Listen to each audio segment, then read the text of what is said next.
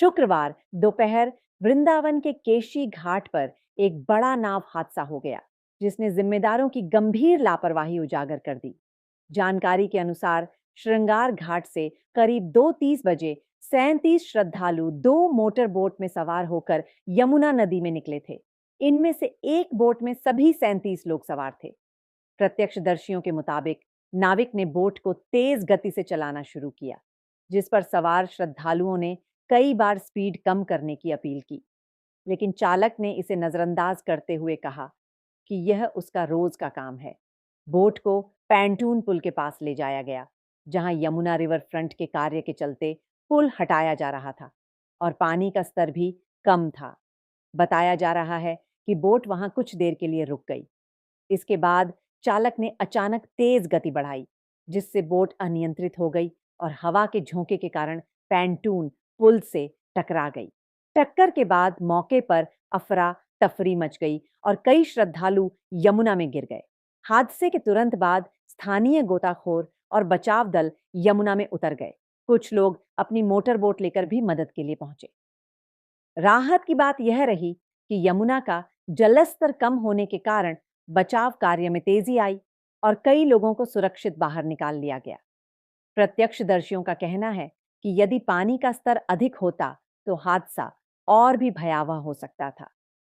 इस बीच हादसे का एक वीडियो भी सामने आया है, जिसमें लोग अपनी जान बचाने की गुहार लगाते हुए दिखाई दे रहे हैं। घटना पर राष्ट्रपति द्रौपदी मुर्मू, प्रधानमंत्री नरेंद्र मोदी, गृह मंत्री अमित शाह, रक्षा मंत्री राजनाथ सिंह और मुख्यमंत्री योगी आदित्यनाथ ने गहरा शोक व्यक्त किया है। प्रधानमंत्री ने मृतकों के परिजनों को प्रधानमंत्री आपदा कोष से 2 लाख रुपए और घायलों को 50-50 हजार रुपए की सहायता राशि देने की घोषणा की है। प्रशासन ने मामले की जांच शुरू कर दी है और हादसे के लिए जिम्मेदार लोगों के खिलाफ सख्त कार्रवाई की बात कही जा रही है। करने के लिए आए थे यमुना जी में आचमन करने के बाद वो नाव में बैठ गई। आंधी आई, जैसे ही झंझावात आया नाव पलट गई। तो नाव पलटने का एक दर्दनाक हादसा हुआ। अब लगभग 28 से 30 व्यक्ति थे। 28 व्यक्तियों का अब तक पता चल गया है, जिसमें 18 आदमी स्टेबल हैं, उनका इलाज कराया जा रहा है। किसी को उनके जीवन को खतरा नहीं। 10 डेड बॉडी मिली है, जिसमें 5 पुरुष हैं, 5 महिलाएं हैं। सबकी गाड़ियों का इंतजाम कर दिया है, दवा का इंतजाम कर दिया है, उनको पहुंचाने का इंतजाम कर रहे हैं।